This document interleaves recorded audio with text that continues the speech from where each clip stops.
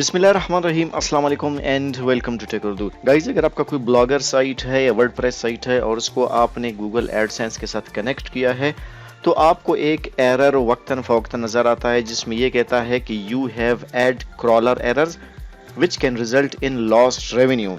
इस एरर का मतलब ये होता है कि आपका जो साइट है, चाहे ब्लॉगर पे हो या वर्डप्रेस पे हो, इसमें एक पेज या कुछ पेजेस या इवन आपका पूरा साइट ऐसा है जिसमें गूगल एडसेंस के जो क्रॉलर्स है वो क्रॉल करने वहाँ पे आए हैं, लेकिन वहाँ पे उनको कुछ नहीं मिला। स्पेशली गूगल एडसेंस के एड यूनिट्स वहाँ पे उनको नहीं मिल रहे, जिसकी वजह से क्रॉलिंग तो हो रही है या क्रॉलिंग कंप्लीट नहीं हो रही है और अल्टीमेटली आपके साइट की जो रेवेन्यू है वो इफेक्ट हो रही है। अब यहाँ पे ये चीज़ समझना ज़रूरी है कि आपके साइट के जो विजिटर्स है, व्यूज़ है, वो एक अलग स्टोरी है और यहाँ पे जो रेवेन्यू है ये अलग स्टोरी है। सो आज की इस वीडियो में मैं आपको बताने जा रहा हूँ कि अगर आपके एडसेंस में ये एरर आ रहा है तो वो कौन से टॉप तरीके हैं जिससे आप इस एरर को रिमूव कर सकते हैं।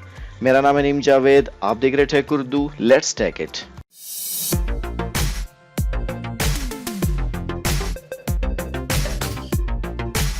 If you don't know the language I am speaking with, please go to the description. You will find a link in which all the details of the same problem are given step by step. You will find every detail that is important to solve this error. So please check out the link given in the description below. तो जनाब बात करते हैं इस error की, add crawler error की।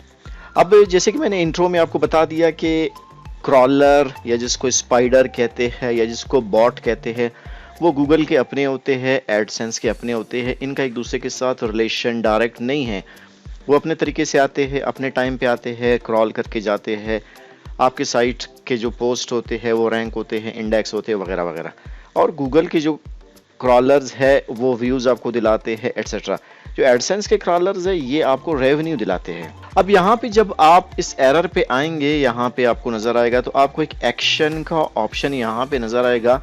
बज़ाहिर तो आपको ये लगता है कि यार एक्शन को क्लिक करके हम इस एरर को ख़त्म कर सकते हैं, तो चलिए हम ऐसे ही करते हैं। हम एक्शन को जैसे ही क्लिक करेंगे तो यहाँ पे लेफ्ट साइड पे पॉलिसी सेंटर में हम आ जाते हैं। यहाँ पे जो पहले हम यहाँ पे मौजूद है, यहाँ पे मैं आपको एक चीज़ बता दूं कि जब भी आप एडसेंस यूज़ करें, महीने 2 महीने 15-20 दिन में पॉलिसी सेंटर में ज़रूर आए, देखें कि कोई इशू है नहीं है, चाहे एडसेंस आपको इस चीज़ के बारे में नोटिफाई करे या नहीं करे, क्योंकि बाज़ औक़ात हम जल्दी में आके इसको डिसमिस करते हैं, हमें पता ही नहीं चलता कि प्रॉब्लम क्या आती है। But you need to check out the policy centre, जहाँ पे आपको जो वायलेशंस है वगैरह सब नज़र आते हैं। यहाँ पे मैंने एक चीज़ और भी रखी हुई थी इस वीडियो को बनाने के लिए। अब यहाँ पे ये कहता है कि 1 or more of your sites haven't shown any ads for last 4 months. If these still remain inactive, they will be reviewed again. Only apply to AdSense for content. अब यहाँ पे अगर मैं go to sites आपको दिखा दूँ तो मेरा एक साइट है जिसका नाम majesticpakistan.pk। ये मेरा किसी टाइम में एक साइट हुआ करता था जिसको मैं अभी उसके डोमेन को रिन्यू नहीं करवाता, जिसकी वजह से ज़ाहिर आपको पता है कि अगर आप डोमेन को रिन्यू नहीं करेंगे तो आपका साइट जो है मैजेस्टिक पाकिस्तानी जो भी है वो फिर इनएक्टिव हो जाता है। अब ये साइट, इस पर मैंने काफ़ी मेहनत की थी। आप देख सकते हैं कि एडसेंस के साथ ये क्वालिफाई भी था। सो अगर पाकिस्तान से रिलेटेड आप कोई भी वो करना चाहते हैं तो ये एक अच्छा डोमेन है, फ्री टू यूज़ है, कोई इसके चार्जेस नहीं, आप इसको यूज़ कर सकते हैं व्लॉग्स के लिए या एनीथिंग के लिए यूज़ कर सकते हैं। ठीक है, anyhow coming back to the topic, हम यहाँ पे आते हैं अकाउंट में एंड बात करते हैं पॉलिसी वायलेशंस की। हमने एक्शन को क्लिक किया, एक्शन में हमारे पास यहाँ पे कुछ डिटेल्स आ गए। अब इन डिटेल्स को थोड़ा सा समझना ज़रूरी है। यहाँ पे एंटायर साइट अफेक्टेड 0, आपका जो भी इस एडसेंस अकाउंट से 1 2 3 जितने भी साइट से इनमें से एंटायर साइट किसी का इफेक्ट नहीं हुआ है। अगर आपका साइट एंटायर इफेक्ट हुआ है then this is a big big big problem. वो मैं इस वीडियो में आपको बता दूंगा कि एंटायर साइट अगर इफेक्ट हुआ है उसका भी तरीका। अच्छा यहाँ पे जब एंटायर साइट इफेक्ट होगा तो आपका डिसेबल्ड एड्स सर्विंग, आपको बिल्कुल एडसेंस के एड्स नजर नहीं आएंगे। दूसरा ऑप्शन है entire sites affected restricted demand, मतलब कुछ एड्स हो सकता है नजर आए, कुछ एड नजर नहीं आए, डिपेंड करता है। नेक्स्ट है एंटायर साइट इफेक्टेड, आपको वार्निंग मिलेगी कि भाई आप रिस्क में आ रहे हैं, इसलिए आप अपने प्रॉब्लम को सॉल्व करें। अदरवाइज इसके बाद आप इस स्टेप पे जाएंगे और अगर आपने प्रॉब्लम सॉल्व नहीं की तो इसके बाद आप इस स्टेप पे जाएंगे। तो जैसे ही आपको ये एरर नज़र आते हैं एडसेंस पे, आप कोशिश करें इनको जल्द से जल्द सॉल्व करें, इनको पेंडिंग में ना रखें। अब हम आते हैं यहाँ पे, हम थोड़ा सा और डिटेल जब देखते हैं तो यहाँ पे कहते हैं साइट्स पार्शली इफेक्टेड। एक साइट है जो कि पार्शली यानी कि उसका थोड़ा सा इसका इफेक्ट हुआ है, और साइट्स विद इश्यूज वो भी एक साइट है। साइट विद इश्यूज यहाँ पे डिटेल हमें दिखा रहा है। टाइप ऑफ इशू ये समझना जरूरी है। अब टाइप ऑफ इशू है crawler error, crawler unknown error, ठीक है, जिसको हम इस टॉपिक में कवर कर रहे हैं। अब साइट का नाम है techurdu.net, आप इससे अच्छी तरह वाकिफ है, ये मेरा वो साइट है techurdu.net। इसमें प्रॉब्लम आ रही है, ये जो एरर है मस्ट फिक्स, क्या आपको ज़रूर इसको फिक्स करना चाहिए? ये कहता है नो, करेंगे ठीक है, नहीं करेंगे ठीक है। अगर आप इसको नहीं फिक्स करेंगे तो आपको चंद रुपए का नुकसान होगा। अगर उस पर अच्छे खासे विजिटर्स आते हैं तो वो कहता है अगर फिक्स ना भी करे तो कोई इशू नहीं, अगर आप इसमें हो या इसमें हो तो यहाँ पे वो यस कहता है, ठीक है। अच्छा, मेरे जो केस में है सिर्फ एक पेज मेरा इफेक्ट हुआ है, वो भी 20 जनवरी 2021। यहाँ पे मैं आपको एक इंटरेस्टिंग चीज़ बता दूँ कि ये जो वीडियो है इसके बारे में मुझे एक मेरा सब्सक्राइबर है, उसने कई दफ़ा मुझे मैसेजेस किए हैं। उसको मैंने कहा कि यार ये एरर आएगा तो मैं सॉल्व करूँगा, और बाय चांस आज 21 तारीख है, कल के डेट में एरर आ गया। मैंने कहा थैंक गॉड एरर आ गया, अब इस एरर को सॉल्व करने का टाइम आ गया है। अभी तक मैंने इसको प्रोसेस नहीं किया है। सो यहाँ पे हम इसको क्लिक करते हैं, यहाँ पे मजीद यही डिटेल्स हमें मिलते हैं कि site issues, section issues, pages issues. यहाँ वो पेज हमें दिखा रहा है कि ये पेज है, ठीक है। यहाँ पे अगर मैं इसको क्लिक करता हूँ तो ये मुझे ओपन करके नहीं दिखाएगा क्योंकि ये इसका प्रीव्यू वर्जन है, ठीक है, प्रीव्यू वर्जन है। आपके केस में कुछ भी आ सकता है, कोई भी चीज़ हो, ठीक है। आपको यहाँ पे लिंक नज़र आएगा, आपने ये चीज़ देखना है जो आपका URL है यहाँ से लेकर यहाँ तक, ठीक है। इसको मैं यहाँ से करता हूँ कॉपी, और ये प्रीव्यू वगैरह वगैरह। यहाँ पे मस्ट फिक्स, नो इश्यूज, ये क्रॉलर एरर है, और एड सर्विंग रिस्ट्रिक्टेड डिमांड है, यानी कि एड स्पेस शो नहीं हो रहे हैं। अब एड क्रॉलर एरर के बारे में आप जितने भी वीडियोस देखेंगे, स्पेशली हिंदी या उर्दू लैंग्वेज में, आपको एक ही चीज़ बताई जाएगी कि आपका जो पोस्ट है वो डिलीट हो चुका है। आप गूगल सर्च कंसोल में जाए, वहाँ पे रिमूव URL का ऑप्शन है, वहाँ पे आप जाके अपने URL को ऐड करें, रिमूव करें इसको, कंप्लीट रिमूव करें इसको, एंड दैट्स ऑल, ठीक है। ये कोई उसका सोल्यूशन नहीं है। हाँ, अगर आपने खुद अपने पोस्ट को रिमूव किया है, अब ये पोस्ट है सिंगल नेशनल करिकुलम, मुझे पता है कि ये पोस्ट मैंने रिमूव नहीं किया है, this is still on my site. ये देखिए मैं आपको दिखा देता हूँ, ये है सिंगल नेशनल करिकुलम, ये देखिए techurdu.net पे है, ये पोस्ट मेरे साइट पे मौजूद है, और इसमें आपको एड्स वगैरह भी नज़र आ रहे हैं। देखिए, this is Google AdSense ad and this is also Google AdSense ad. अब यहाँ पे अगर ये मेरा पोस्ट ऑलरेडी मौजूद है, मैं जाके इसको रिमूव कर दूँ तो अच्छे खासे पोस्ट का मैं बेड़ा गर्क कर देता हूँ। सो वो एक प्रॉपर सॉल्यूशन नहीं। अगर आपने वो किया हुआ है, पोस्ट अपना रिमूव किया हुआ है, तो इन दैट केस आप वैसे भी आपको उससे ना व्यूज़ मिलेंगे ना अर्निंग मिलेंगी, आप रिमूव करें भी कोई इशू नहीं बनता है। तो यहाँ पे उससे हट के, उस इशू से हट के मैं आपको बाकी तरीके बताऊंगा। सो यहाँ पे ये कुछ केसेस ऐसे होते हैं कि आपका जो, मैं आपको तफसीलन बता देता हूँ, कंफ्यूज नहीं करता हूँ बिल्कुल। मैंने बड़े डिटेल में इस आर्टिकल में सारा लिखा हुआ है, मैं उल्टा ऊपर आता हूँ, ठीक है, जिसमें पहला आता है इश्यूज विद योर होस्टिंग। अब होता यह है कि आप एक होस्टिंग लेते हैं, चाहे GoDaddy से ले या हॉस्टर से ले, किसी भी से, HostGator से ले, HostPK, किसी भी होस्टिंग से। मैं हमेशा यही कहता हूँ कि होस्टिंग आप रिलायबल कंपनी से ले, ठीक है, जिसका जो अप टाइम है वो 99.99% हो, वो डाउन ना हो। अब होता यह है कि जब एडसेंस के क्रॉलर आपके साइट को विजिट करने आते हैं, क्रॉल करने आते हैं, आपका सर्वर अगर उस टाइम डाउन होगा, या वो क्रॉल करते करते करते उस पोस्ट पे पहुंचते हैं जिसको क्रॉल करना है, आपका सर्वर डाउन हो जाता है, तब वो उस पोस्ट को क्रॉल नहीं कर पाते हैं, एंड सिंपली आपको एरर मिलता है कि आपके साइट पे एड क्रॉलर एरर्स आए हैं। क्लियर? ऐसे केस में ना आपको पोस्ट रिमूव करने की ज़रूरत है ना कुछ है, बिल्कुल आप रिलैक्स रहे। जब एडसेंस के क्रॉलर्स दोबारा आपके साइट पे आएंगे, आपके साइट को क्रॉल करेंगे, आपका वो पोस्ट ऑटोमेटिक क्रॉल हो जाएगा। इस केस में क्या करें, अगर आपका साइट ज़्यादा टाइम तक डाउन है, आप खुद भी चेक करें उसको। जैसे मैंने यहाँ पे अपने पोस्ट को चेक किया, इट इज़ वर्किंग फाइन। अगर यहाँ पे वो मुझे एरर आ रहा है, कोई भी चीज़ आ रही है, इट मीन्स के प्रॉब्लम है, तो तब मुझे क्या करना चाहिए, मुझे जो मेरा होस्टिंग प्रोवाइडिंग कंपनी है उसको फ़ोन करना है, कांटेक्ट करना है कि भाई सर्वर डाउन है, इसको जल्दी से इस मसले को हल करें, क्योंकि इस मसले का हल उनके पास है। और जैसे कि मैंने अपने होस्टिंग वाले वीडियो में बता दिया, अगर आपके साइट पे अर्निंग अच्छी है, व्यूज़ अच्छे आ रहे हैं, तो आप ऐसे करें, शेयर्ड होस्टिंग से क्लाउड होस्टिंग पर जाए, आपको ये एरर मिलेगा ही नहीं। इसी तरह ऊपर जब चलते हैं, एक तो ये था कि होस्टिंग का प्रॉब्लम हो सकता है, ठीक है, होस्टिंग का प्रॉब्लम आपका सॉल्व हो जाए, क्रॉलिंग हो जाएगी, आपको कोई इशू नहीं आएगा। नेक्स्ट जो चीज़ है, मैंने वीडियो में टॉप 3 मेथड्स बताए थे। टॉप 3 असल में जो मेन 3 मेथड्स है, जैसे एक्सेस इश्यूज़ है, दूसरा WordPress blogger site access issues है, और तीसरा है इश्यूज़ विद योर होस्टिंग। लेकिन इसके अंदर काफ़ी छोटे छोटे पॉइंट्स है, तो मैं छोटे पॉइंट्स को भी बता रहा हूँ। अगर टॉप 10 या 15 मेथड लिखता शायद आप वीडियो भी ना देखते। दैट्स वाई मैंने टॉप 3 मेथड कहा है। तो ये इश्यूज़ विद योर होस्टिंग हम डिस्कस कर चुके हैं, हम वन बाय वन इनको भी डिस्कस करेंगे। अब you are using personalised page URLs। बाज़ औक़ात ऐसे होता है कि एडसेंस के जो क्रॉलर्स होते हैं वो जो स्पेसिफिक कुछ क्या कह सकते हैं उनको, सैम्बल्स होते हैं या ग्रीक या लैटिन वर्ड्स होते हैं या एनीथिंग हो सकते हैं, उनको वो रीड नहीं कर पाते, उस URL को वो रीड नहीं कर पाते हैं।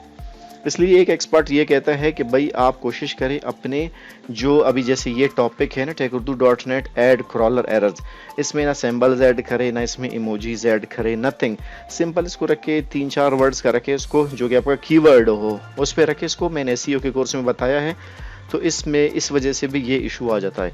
आप अपने साइट की URL को देखें कि क्या इस तरह का तो कोई इशू है या नहीं है, अगर था तो आप इसको वैसे सॉल्व तो नहीं कर सकते इस स्टेज पे, क्योंकि आप जब इसको करेंगे तो रीडायरेक्ट हो जाएगा, वो आपको 404 का एरर आ जाएगा। दैट्स वाई फ्यूचर के लिए अपने माइंड में रखें। हाँ, अगर इस पोस्ट को नए उस पर ले जाते हैं, आप नया पोस्ट बनाते हैं, उसमें लिखते हैं, तो उसको आप रीडायरेक्ट कर दे वहाँ पे, देन आप इसको रिमूव कर सकते हैं। ये एक पॉसिबल केस है, मतलब ये कोई 100% इस तरह नहीं होता है, ठीक है, क्योंकि एडसेंस इस बारे में कुछ नहीं कहा, ये एक एक्सपर्ट के मुताबिक है। अब एक और चीज़, जैसे मैंने आपको रीडायरेक्ट का बता दिया, रीडायरेक्ट अगर आप जानते हैं कि अगर आपने एक पोस्ट डिलीट किया है या किसी और जगह आपने बनाया है, तो आप एक दूसरे पोस्ट को उसकी तरफ रीडायरेक्ट करते हैं, यानी कि क्लिक वो लिंक होगा, खुलेगा कोई और लिंक। अब बाज़ औक़ात हमसे गलती हो जाती है या हम प्लगइन ज़्यादा यूज़ करते हैं कि एक टाइम में एक पोस्ट को 3-4 जगह पे रीडायरेक्ट करते हैं। अब मैंने जैसे अपने कैनोनिकल URL वाली वीडियो में बता दिया था कि भाई आप अगर कैनोनिकल बनाएंगे तो आप इस इशू से जान छूट जाएगी आपकी। लेकिन जो बिगनर्स होते हैं वो अक्सर ये गलती करते हैं रिडायरेक्शन यूज़ करते हुए। तो अगर आपने मल्टीपल जगह पे रीडायरेक्ट किया है तो वो भी क्रॉलिंग में इशू आ जाता है एंड आपको ये एरर मिल सकता है। इसका सोल्यूशन ये है, आप अपने साइट का जो पोस्ट है, इस पोस्ट का कैनोनिकल URL बना लें। कैनोनिकल URL के ऊपर मैंने डिटेल में वीडियो बनाई है। कैनोनिकल URL बना के इसको एडिट करेंगे तो जो भी आपका प्लगइन है, योस्ट है या आपके पास रैंक मैथ है, नीचे बिल्कुल पोस्ट के एंड में जब एडिट होगा कैनोनिकल URL का ऑप्शन आएगा, वहाँ पे इसका कैनोनिकल URL डाल दें और इसको सेव करके कुछ दिनों में ही आपका इशू सॉल्व हो जाएगा। यहाँ पे कुछ दिनों से मुझे याद आया कि एडसेंस जो बिगिनर लेवल पे साइट्स होते हैं उनको वीक में एक दफ़ा क्रॉल करती है, ठीक है। अब आपका साइट हो सकता है कि आपने आज एरर को सॉल्व किया है, कल परसों में आप दोबारा से अपने एडसेंस देखते यार एरर अभी तक मौजूद है, इट्स मीन्स कि आपका साइट अभी तक क्रॉल नहीं हुआ है। तो आपने एरर सॉल्व किया, then you are good to go, relax हो जाए। नेक्स्ट इशू जिसकी हम बात करते हैं, हाँ ये तो बड़ा सिंपल है कि अगर आपके साइट पे एक बिल्कुल फ्रेश आपने कंटेंट वो किया हुआ है, एडसेंस के क्रॉलर जो आपके गूगल के क्रॉलर है, गूगल सर्च के क्रॉलर से पहले क्रॉल कर जाते, जैसे कि मैंने इंट्रो में बता दिया ना कि इनका टाइमिंग एक दूसरे से अलग है। तब यहाँ पे क्या होता है कि गूगल सर्च ने क्रॉल नहीं किया है, एडसेंस के क्रॉलर आके क्रॉल करते हैं, वो इंडेक्स नहीं होता, तब भी आपको ये इशू हो सकता है। सो डोंट वरी, अगर आपने फ्रेश कंटेंट बनाया है वो खुद ब खुद इंडेक्स हो जाएगा। या फिर अगर आपको पता है कि URL इंस्पेक्शन टूल ये आपके पास गूगल सर्च कंसोल में है, यहाँ पे ऐड करके आप इस मसले को सॉल्व कर सकें। यहाँ पे ऐड करके इसको रिक्वेस्ट इंडेक्सिंग करेंगे। अब चूंकि मैंने यहाँ पे इसको ओपन किया है, यहाँ पे मैं आपको एक और चीज़ बता दूँ, हालांकि आप यहाँ पे देखें सिंगल नेशनल करिकुलम वाले पेज में मेरे एरर आ रहा है अकॉर्डिंग टू एडसेंस, लेकिन this page is working fine, ads भी इस पे शो हो रहे हैं, ठीक है। और जब हम इसको Google AdSense Google search console में चेक कर रहे देखें single national curriculum, URL is on Google, ठीक है, कवरेज सबमिटेड एंड इंडेक्स, कोई भी इशू इसमें नज़र नहीं आ रहा है। तो हो सकता है मेरा होस्टिंग थोड़ी टाइम के लिए डाउन हो या कोई और इश्यूज जो मैं अभी डिस्कस कर रहा हूँ, सो ज़्यादा टेंशन लेने की ज़रूरत नहीं। बट यहाँ पे जो आपको रिमूवल का ऑप्शन बताते हैं ये कोशिश करें ना करें, इससे आप अपनी मेहनत को ज़ाया कर रहे हैं। नेक्स्ट ऊपर चलते हैं, देखते हैं नेक्स्ट क्या है। Your site can not be found. अब आपकी साइट पे काफ़ी एरर आ सकते हैं, ये मैंने अपने सी पैनल वाले वीडियो में बता दिया था कि जब आप अपने रिसोर्सेज ज़्यादा यूज़ करते हैं, आई नोड ज़्यादा यूज़ करते हैं, डिस्क स्पेस ज़्यादा यूज़ करते हैं, बहुत सारी चीज़ें हैं, तो उस वक्त क्या होगा, आपका साइट एक्सेस नहीं हो सकेगा, चाहे इसको कोई बंदा चेक करे या फिर आपका जो क्रॉलर है एडसेंस का वो चेक करे। उस टाइम आपकी साइट पे क्रॉल करने आएगा तो आपका साइट क्रॉल नहीं होगा, आपको एरर मिलेगा, और इवन ये हो सकता है कि वो साइट इश्यूज़ में आपको दिखा दे, जो कि एक बड़ी प्रॉब्लम होगी। ऐसे केस में ये है कि जैसे मैंने सी पैनल वाले वीडियो में आपको बता दिया कि काफ़ी सारे प्रॉब्लम आ सकते हैं, उनके डिफरेंट सॉल्यूशंस है, तो आप इस तरह से इस अपने प्रॉब्लम को सॉल्व कर सकते हैं। साइट वाले मैटर को आपने फ़ौरन से सीरियस लेना है, पेजेस वाले को बेशक आप इग्नोर कर ले, कोई इशू नहीं है, बट सॉल्व कर ले तो बेहतर है। अच्छा, चलते हैं नेक्स्ट ऑप्शन में, एक्सेस वाले ऑप्शन में। ये कहता है कि योर कंटेंट इज, आपका जो आईपी एड्रेस होता है या आईपी रेंज है। अभी बाज़ औक़ात एक कंटेंट बनाते, अब मैं कंटेंट बनाता हूँ पाकिस्तान इंडिया में फॉर एग्जांपल, वो अलाउ है, लेकिन यूके के पॉलिसीज़ के ख़िलाफ़ है, तो वो फिर क्या होता है कि वहाँ पे ये आईपी एड्रेस रिस्ट्रिक्ट हो जाता है। इसकी वजह से भी बाज़ औक़ात यूआरएल्स में इशू आ जाते हैं, वो क्रॉल नहीं हो जाते। या अगर इसको थोड़ा सा और मैं ब्रॉड कर दूं कि आपका यूआरएल ऐसा है जो कि वैसे मौजूद तो है लेकिन वो रिस्ट्रिक्टेड यूआरएल है, उसका कंटेंट ऐसा है जो कि क्रॉल हो नहीं सकता, तब भी आपको एडसेंस के क्रॉलर की एरर आ जाएगी। तो आप खुद चेक करें कि क्या आपका कंटेंट इस तरह है, एडसेंस की पॉलिसीज़ को वायलेट कर रहा है नहीं कर रहा है, आपको खुद ही समझ आ जाएगा कि आपका कंटेंट कैसा है। अब ये एक प्रॉब्लम हो जाती है, your site is behind a login. बाज़ औक़ात अब जैसे मेरे टेक उर्दू को आप चेक करेंगे तो अब जैसे tekurdu.net लिखेंगे तो साइट खुल जाएगा। बाज़ औक़ात ऐसे होता है कि साइट डिस्प्ले होने के लिए वो लॉगिन्स मांगते हैं। अब लॉगिन्स हम ऐड कर देते हैं प्लगइन्स के ज़रिए से या कोई और तरीके से, लेकिन मसला ये हो जाता है कि उसकी वजह से हम जो क्रॉलर्स हैं उनको भी अलाउ नहीं कर रहे होते हैं। हम तो लगाते यूज़र्स के लिए कि वो यूज़र आएगा, लॉगिन करेगा, उसमें फिर ये कि अपना ईमेल एड्रेस देगा, उससे हमारा फिर वो बढ़ेगा या सब्सक्रिप्शन हमारी बढ़ेगी या जो भी एनीथिंग है अपन। तो उसमें फिर ये होता है कि हम लोग robots.txt को इस तरह हैंडल नहीं कर पाते, देन फिर ये हो जाता है कि हमें ये इशू आ जाता है और जो क्रॉलर्स होते हैं उनको भी अलाउ नहीं करते। अब यहाँ पे मैंने पूरा स्टेप बाय स्टेप प्रोसेस बता दिया है कि अगर आपने लॉगिन वाला कोई किस्सा किया है उसको बेशक रिमूव ना करें, पूरा तरीका मैंने आपको बता दिया है। एडसेंस में जाएंगे, अकाउंट में जाएंगे, एक्सेस एंड ऑथराइजेशन में जाएंगे, क्रॉलर एक्सेस में जाएंगे, ऐड लॉगिन डिटेल्स में जाएंगे, यहाँ पे वो डिटेल्स आप दे देंगे, ऐड लॉगिन करेंगे तो तब आपको आपका जो एडसेंस है वो ऑटोमेटिक लॉगिन हो जाएगा। ठीक है, तो ये भी एक इशू आ सकता है। नेक्स्ट जो है, ये अक्सर जो नए यूज़र्स होते हैं वो गलती करते हैं, robots.txt में चेंज करते हैं। robots.txt पे मैंने बिल्कुल डिफरेंट आई मीन सेपरेट एक वीडियो बनाई है। अब आपका साइट है, फॉर एग्जांपल मेरा साइट है tekurdu.net, अगर मैं इसके robots.txt को देखूं तो ये इसके robots.txt है। आप अपने साइट के robots.txt को देखिए कि इसमें क्या अलाउ है क्या नहीं है। अब यूज़र एजेंट यहाँ पे ये एस्टेरिक है, इसका मतलब है यूज़र एजेंट कहते हैं गूगल हो, बिंग हो या जो भी सर्च इंजन होते हैं, ठीक है, यानी आस्क हो, जो भी है, बाइडू हो और यांडेक्स हो, ये एस्टेरिक का मतलब ये है कि आपने सबको अलाउ किया है। डिसअलाउ WP एडमिन मेरे अलावा किसी के लिए नहीं है, अलाउ एडमिन ajax.php, ठीक है, और साइट मैप ये मेरा साइट मैप डॉट, इसमें आप देखिए बड़ा सिंपल सा है और ये ऑटो जनरेटेड है। ठीक है, बाज़ औक़ात हम गलती कर देते हैं, इसमें कोई एडिट करते हैं या कोई इस तरह की चीज़ करते हैं, या अक्सर वेबसाइट्स होते हैं जो कहते हैं कि हम आपको साइट मैप बना के दे देंगे, अच्छा साइट मैप देंगे, उसमें काफ़ी सारी डिटेल्स आ जाते, तो बेटर ये है कि आप सिंपल साइट मैप रखें और जो स्टैंडर्ड है वो रखें। इसमें चेंज करने की वजह से भी आपके साइट के कुछ पोस्ट या आपका पूरा साइट या एक पर्टिकुलर पोस्ट वो एडसेंस क्रॉल नहीं करते। एंड रिमेंबर, ये बहुत इंपॉर्टेंट मैं बता रहा हूँ, अगर आपके साइट में ये लिखा हो user agent media partners dash Google और डिसअलाउ, यानी कि यहाँ पे हो user agent media partners dash Google disallow, अगर ये लिखा है तो इसका मतलब ये कि आपने गूगल एडसेंस को डिसअलाउ किया हुआ है, उसको आपने फ़ौरन से चेंज करना है। ठीक है, वैसे तो आप इसको स्पेसिफिक नहीं करें, मीडिया पार्टनर्स को ही रिमूव कर दे। ठीक है, यहाँ पे तो ये भी एक इम्पॉर्टेंट रीज़न है जिसकी वजह से आपके साइट पे इश्यूज आ जाते हैं। एंड अल्टीमेटली अगर वो जो एक तरीका जो सब बता देते हैं वो भी अगर बता दूं, अगर आपका पोस्ट डिलीट हो चुका है, आप जैसे ही अपने साइट को लोड करेंगे तो 404 का एरर आएगा और आपको पता है कि आपने पोस्ट डिलीट किया है, तो सिंपल आप क्या करेंगे, उस यूआरएल को अगर आपके पास है कॉपी करेंगे, कॉपी करने के बाद रिमूवल्स पे आएंगे एंड रिमूवल्स पे आने के बाद थोड़ा वेट करेंगे जब तक आपका नेट काम करे। एंड यहाँ पे वो यूआरएल, फॉर एग्जांपल मैं इसको करता हूँ, हालांकि this URL is working fine. Removals पे आएंगे, यहाँ पे न्यू रिक्वेस्ट करेंगे, यहाँ पे यूआरएल को एंटर करेंगे, पेस्ट करेंगे यहाँ पे, ठीक है। टेम्पररी रिमूव नहीं करना है, क्लियर कैश करना है और यहाँ पे रिमूव दिस यूआरएल ओनली करना है, ठीक है। यहाँ पे सॉरी मैं यूआरएल दोबारा से पेस्ट करता हूँ एंड यहाँ पे इसको नेक्स्ट करता हूँ। तो आप नेक्स्ट करके इस प्रोसेस को कंप्लीट करेंगे, यूआरएल आपका ऑटोमेटिक रिमूव हो जाएगा। वो तो फिर ये है कि आपका ना गूगल सर्च के क्रॉलर्स को सर्च क्रॉल कर पाएंगे, ना ही एडसेंस के क्रॉलर्स को क्रॉल कर पाएंगे।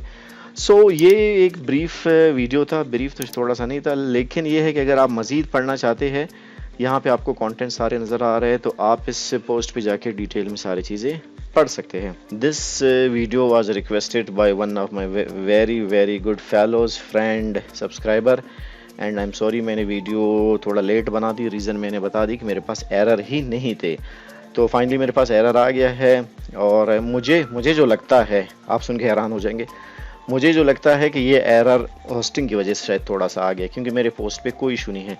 अभी अगर मैं तो खैर अभी जैसे कि मैंने आपको बता दिया, पॉलिसी सेंटर में आप जाएंगे, आप यहाँ पे इस यूआरएल को वो कर देंगे। यहाँ पे फॉर एग्जांपल मैं ये देखें डिसमिस कर देता हूँ, उसके बाद दोबारा से, अभी इतनी जल्दी तो खैर मुझे नहीं पता चलेगा, लेकिन ये है कि अगर आप दोबारा से 2-3 दिन के बाद करेंगे तो ये ऑटोमेटिक सॉल्व हो जाएगी, बिकॉज ऐसा कोई इशू था नहीं, ये थोड़ा सा होस्टिंग का मसला था जो भी था।